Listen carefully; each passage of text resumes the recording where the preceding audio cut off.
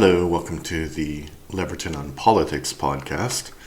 Today we're going to talk about Trump, just Trump, and the phenomenon of Trump. I did an episode on Trump versus Canada, Trump versus Ukraine, and I will be completely, upfront about it.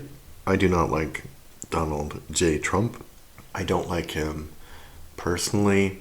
I don't like him politically. I don't like him as a businessman. I don't like him as a cultural figure. I don't like what he represents. This is not going to be an objective description of Trump, but this is a political opinion show, so I'm just going to give you my political opinion. But how Trump came to be such a cultural phenomenon is quite interesting, and how he was so successful is also quite interesting, and the things that he's doing now as president are also quite interesting, if horrifying. Donald Trump was the son of Fred Trump, and Fred Trump was he's the son.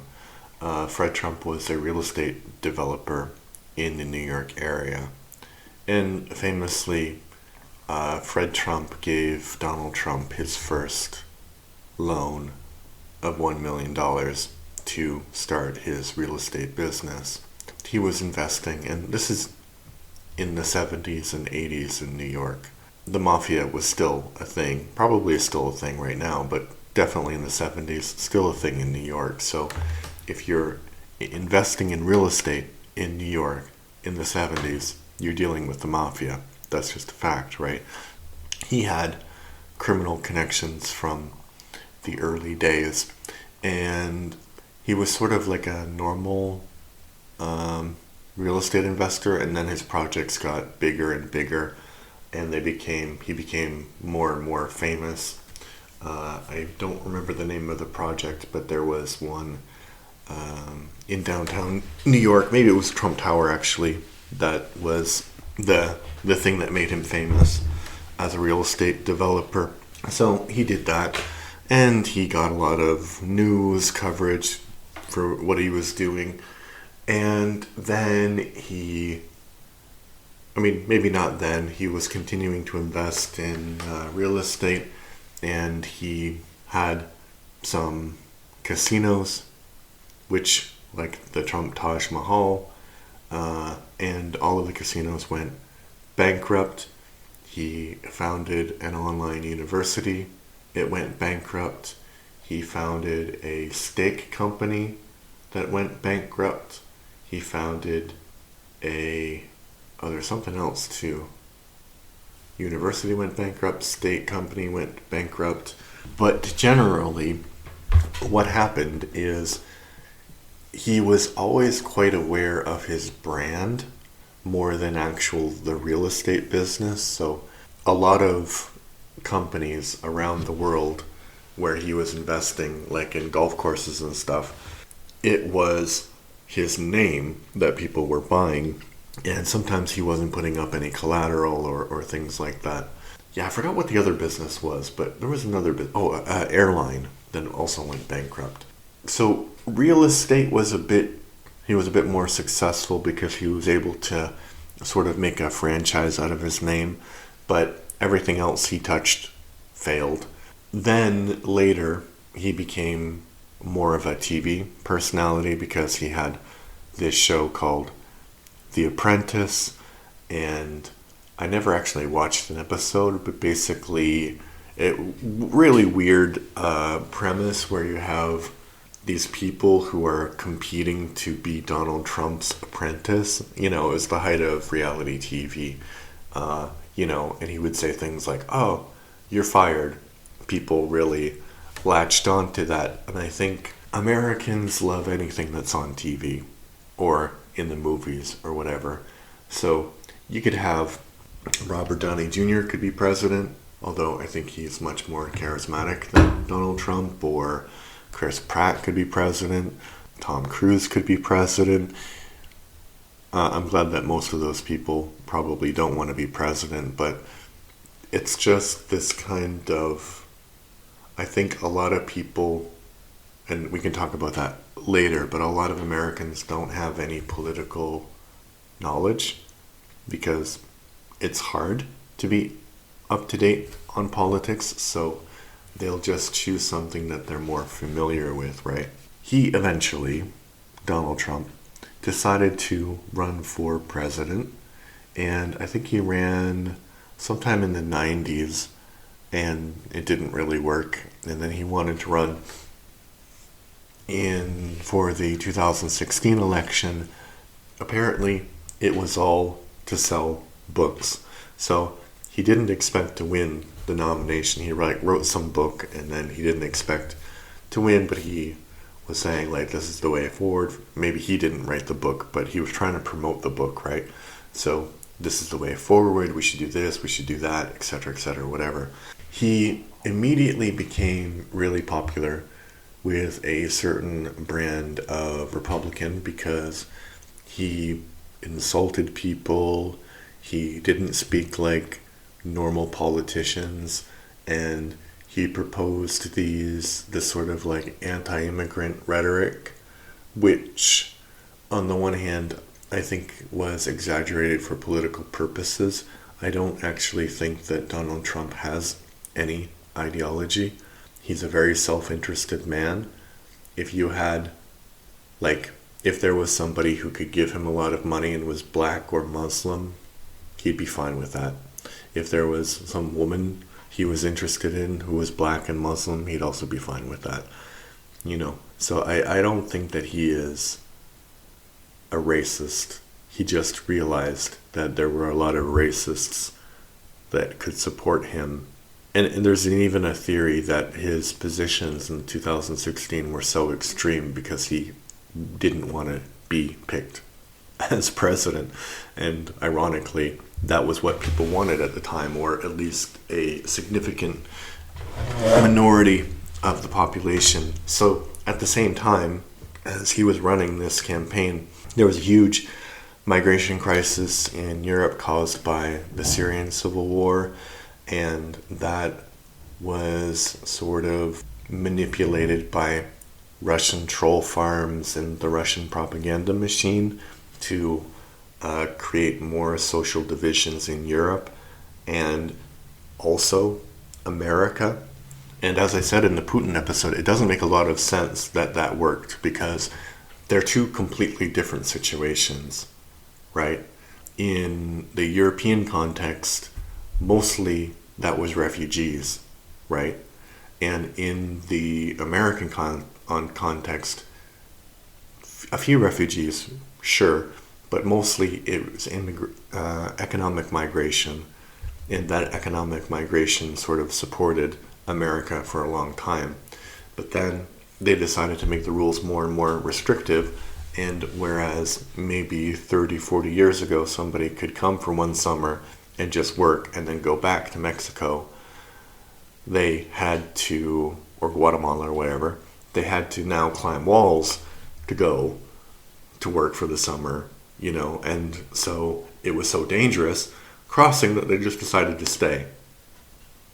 And that, is the very simple reason why there is an immigration crisis in America, because the borders aren't open. If you close your borders, it's really hard to get in, so it's really hard to leave when you want to. Anyway, in America, because of the Russian troll farms, these feelings were also kind of inflamed, and a significant minority, as I said, of people in the MAGA movement, the majority of people in the MAGA movement were very anti-immigrant, and so they kind of gelled around the figure of Trump, and Trump was elected. And there's been like a lot of analysis about why Hillary Clinton failed that campaign, and I think that it's kind of complicated because I think people were choosing Trump because of the reasons I mentioned about immigration, and there was The Russians definitely didn't want Clinton in because Clinton was known to be a strong hawk against Russia. So they had their own reasons. But also, Clinton had tried to be president before, and then Obama came along, and Obama clearly was a more charismatic, better president than Clinton would have been. So the Democratic Party put up Clinton as somebody who would be a successful foil against Trump. And I think that wasn't the best choice. But on the other hand, I don't know who they could have gotten to beat Trump, actually, because there are a lot of people who say, oh, Bernie Sanders would have been great, but Bernie Sanders is really a leftist, right? And that's, I think, the problems, the economic problems in America that have been blamed by the MAGA movement on immigration are really complicated and probably do need a more left-wing approach for solutions. Like, for example, if everyone had health care in the United States, that would reduce the cost of living so people could afford to invest in new businesses or whatever. If education was free, if university or college education was free for everyone, then there wouldn't be this crippling student debt. So you would have people get out of college and be able to be more entrepreneurial. So those are things that could actually solve America's problems. Maybe not all of them, but a few of them. The gun thing, I don't know how that can be solved. But I don't think, though, that he would have been elected because, anything to the left of right-wing Democrats in America right now is sort of communist. So I don't think that he would have been elected. And Trump was elected, and it became very clear very quickly that for Trump, the presidency was all about self-enrichment. The political things that he did were also a mess because he is a very transactional guy, and he sees politics like he sees business. Like, what can you do for me? And it's never like, what can I do for you? It's like, what can you do for me? So you pay me something and maybe I'll be loyal. Probably I won't, but you need to pay me something if you want to do business with me. That's the way he kind of approached politics. And because that's the way he approached politics, during COVID, there was like this unprecedented, at least in my lifetime, event. And he did not handle it well at all because he wasn't prepared. Because for him, politics is just business on a different scale, right? So it's not about solving like the day-to-day problems of a country or of your citizens or whatever. When he actually had to try and solve a situation, he didn't do a good job. He was, what is that expression when somebody's caught on the wrong foot? Yeah, caught on the wrong foot, I think. He didn't do a good job with that because, as I said, but generally, the establishment was so strong that it was able to create a vaccine. And his messaging was kind of strange because he saw, at least towards the end of the pandemic, that his base was really against all of these vaccine restrictions and lockdowns and stuff because they don't understand science, right? That's just a simple fact. They're not educated. They don't want to be educated. They want to live in like their own little bubbles. He was surprised because also, well-known fact, he's a germaphobe. So I am sure during COVID he was terrified that he would get something. And those kind of stupid meme moments where he's like, oh, can we inject the bleach and stuff? Funny, yeah, true. And it just shows that he was floundering during this crisis. It just shows that he doesn't have the intelligence of somebody like Putin. He's not a generalist who understands the world, who understands strategy. He just literally understands transactions. in his own interest, like what's good for me. And so he's really good at that.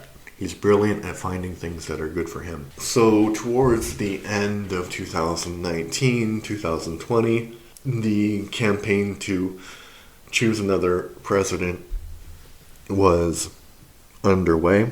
His opinion polls were really bad. Like, he was the most unpopular president ever, according to opinion polls. So clearly he wasn't going to win the election. And because of the nature of the pandemic, there was mail-in balloting and very, not many like in-person balloting. So he was able to plant this idea in his followers that if he loses, something must be wrong, because you know how popular I am. You see all of my rallies, like, in the middle of a pandemic, you see how popular I am. There's so many people here. And you look at like Sleepy Joe, there's not so many people who are here supporting him. He used that, like, if I lose, it's rigged. If I win, it's not rigged, right? So he loses, of course, and people freak out because he's been telling them if he loses, it's rigged, and he's the president, so why would he lie? But also, in addition to all of his other not so charming traits, he's a pathological liar. Like, he lied about the number of hamburgers he gave to some kids who went to the White House. So he lies about everything, like absolutely everything. So of course he's lying about that, because he doesn't want to look like a loser, because that's the worst thing to him. Every business transaction has to have a winner, and it has to be him. So this election was no different. So he clearly loses the election. This is where it gets kind of interesting, because, not interesting if you're American, more sad. He doesn't accept the results of the election, and this is the first time in American democracy that the candidate didn't accept the results of the election. Even, before the Civil War, it's the first time, because he thinks that maybe he can overturn it in court, or maybe he can get some support. And the last idea that he has is basically they're going to certify the vote on January 6th. 2020, when was that? I guess 2021. So they're going to certify the vote then.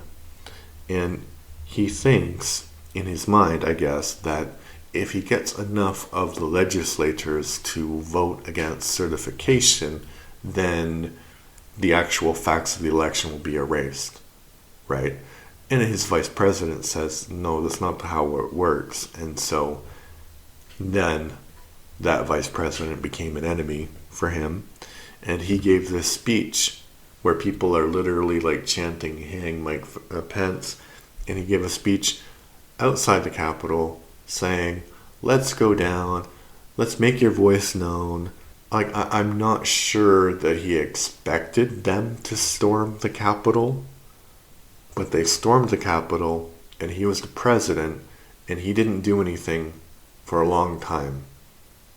Like hours, when people were inside, a person got killed, police officers were being attacked.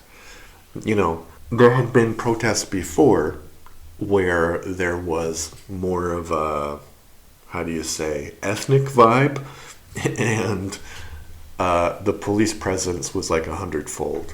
Because they were afraid that would happen. But when there are these other kind of protesters with different skin color, they're like, yeah, that's fine, just leave them there. No problem. Nothing bad will happen. We trust them. Yeah, so, and then later, when he became president for the second time, he pardoned all those people. So the question is, was he really trying to have a coup? And I think the answer is yes. He really was trying to have a coup, but he was trying to make it, because a coup basically is that you are in control of the government and you don't leave, right? And he was trying to make it seem as legal as possible, but he didn't understand the law well enough to make that happen.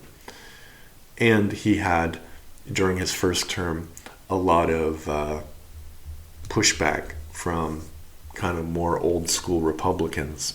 He loses the election, he leaves. Joe Biden and Kamala Harris become president and vice president. And so for the next 4 years, you have this sort of narrative among MAGA that the election was stolen and Biden is not a legitimate president, because that's what Trump is saying, and that, he's weak, he's bad president, he's a horrible president, but the economy is doing really well. They're having a little bit of a problem with inflation, so they say it's Bidenomics, the inflation is all because of Biden and whatever. And Biden made, I think, a big mistake as well, because he's old, right? Much older than Trump. Maybe not much, but older than Trump. And Trump is already pretty old. So Biden said that he would step down before the next election to give the Democratic Party time to find a new candidate. And he did not do that, right? So he was attacked, ruthlessly by the Republicans. Oh, you're an old man, you don't know what you're doing. It was framed by the enemies of the Democratic Party that, he's an old man, this is like a geriatric state or whatever. But then they go around and they chose Trump, right? That's also crazy. Why the Republicans chose Trump, I don't know. There were so many better options, like Christie, articulate, intelligent, funny, also kind of mean.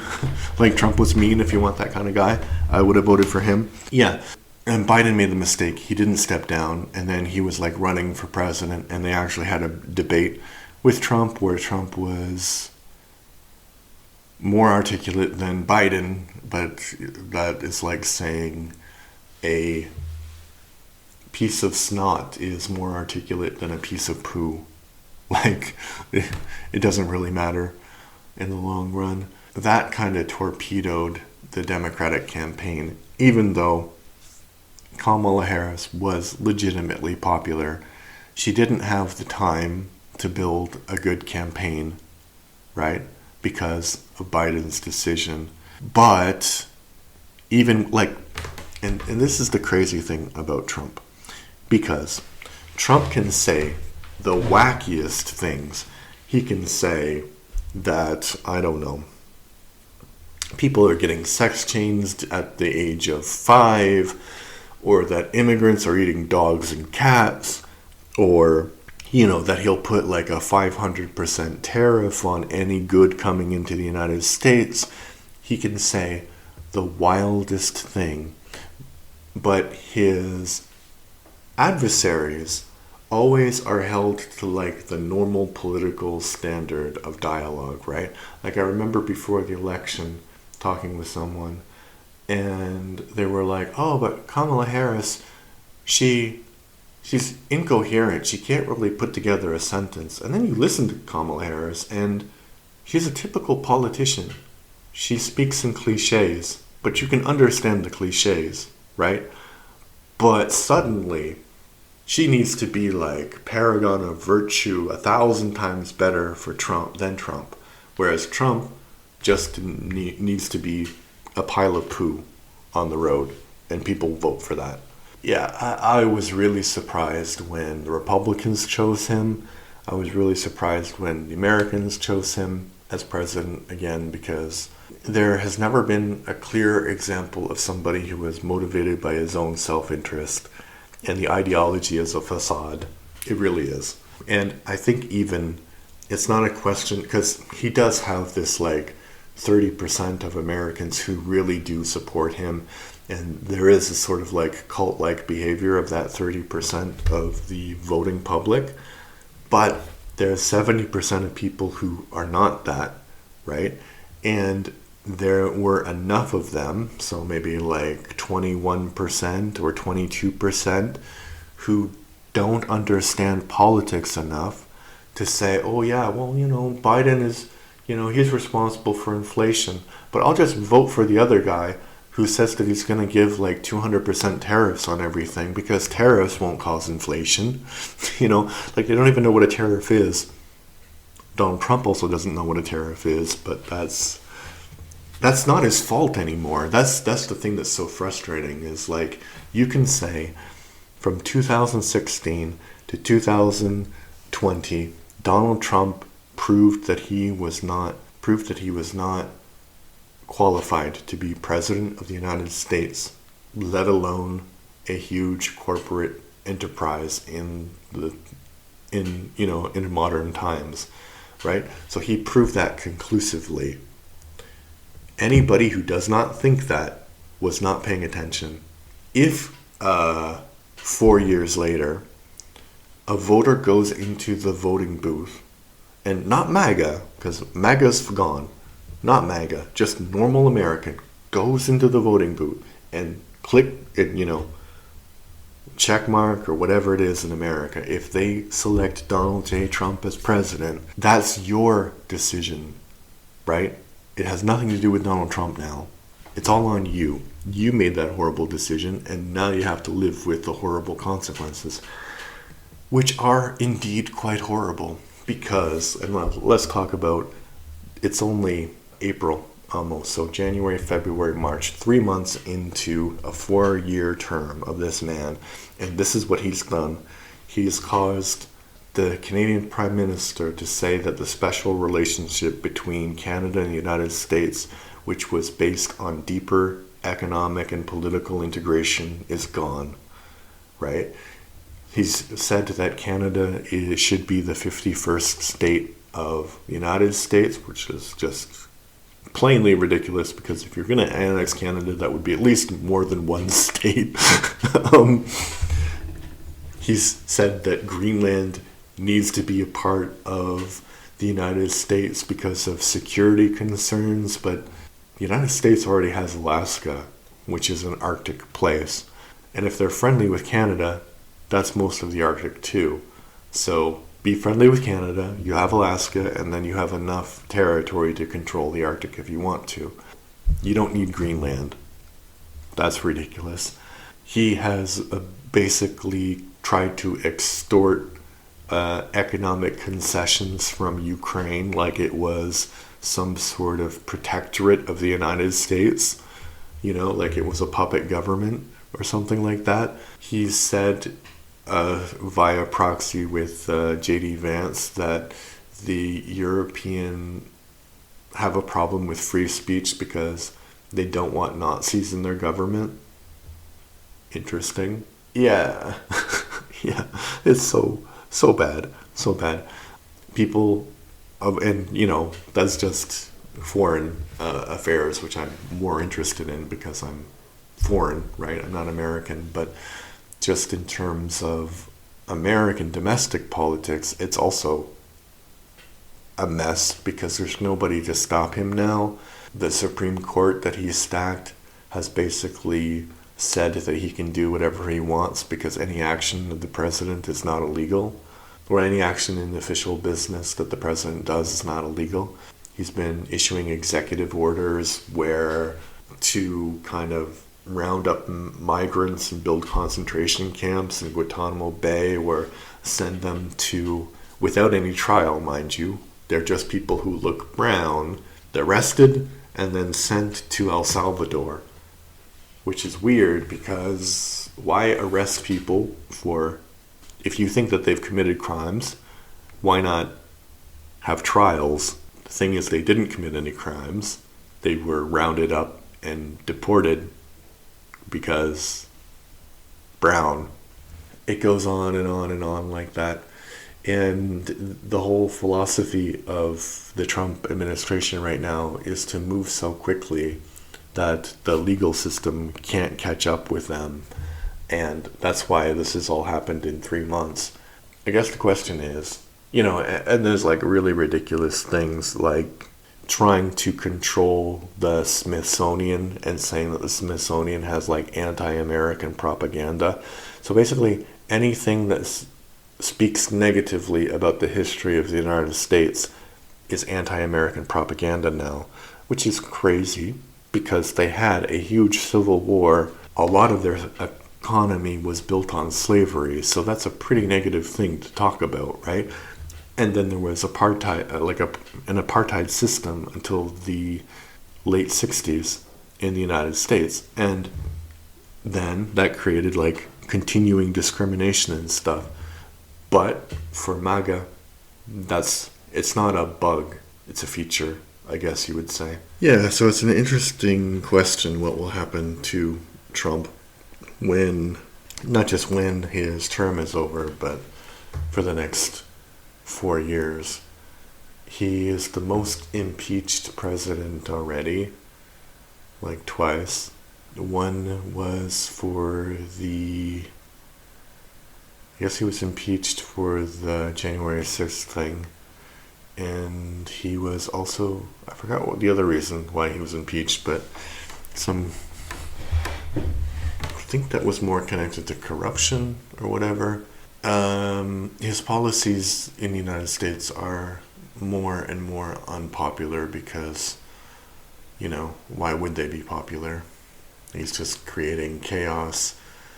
People are losing their jobs. Oh, I didn't even talk about Musk because that's also a crazy thing, because you could make the argument that the American government is inefficient, but the best way to fix that inefficiency is not to hire the world's richest man to hire a bunch of interns to go fire a bunch of people, right? Because then you have interns who don't understand how Social Security works, because I guess it's written in CODAL, I think the programming code is, and so the numbers are written differently, so it looks like a person is 100 years old or 200 years old getting Social Security, and so Musk doesn't understand that, and he tells Trump, who definitely doesn't understand that, and they make claims like 300-year-olds are getting Social Security.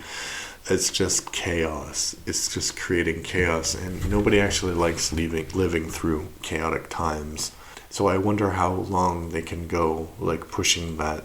And I think Musk is an interesting example because I think, I don't have any proof of this, so it's just an opinion, but I think that there was some hanky-panky going on in his companies before the election, like in Tesla, in SpaceX, in whatever other companies he has. So I think that he probably, and this is true, he was being investigated, his company was being investigated, and then they fired the people who were investigating him in his company. So I think that he hitched his wagon onto Trump because he was having his own legal problems, and he's also a bit of a charlatan. And I think, like, unlike Trump, he does have an ideological reason to be there. I think he is pretty anti-immigrant. He's clearly anti-trans because of the situation with his daughter. That's going to be strange. This is a strange relationship already, and, Trump going on the front lawn and selling Teslas from the White House. Like, what is that? What is that? So clearly, I think people think that he'll get rid of Musk because he gets rid of everybody. But I think the difference between Musk and everybody else in his orbit is usually when he gets rid of somebody, that person has far less money than him.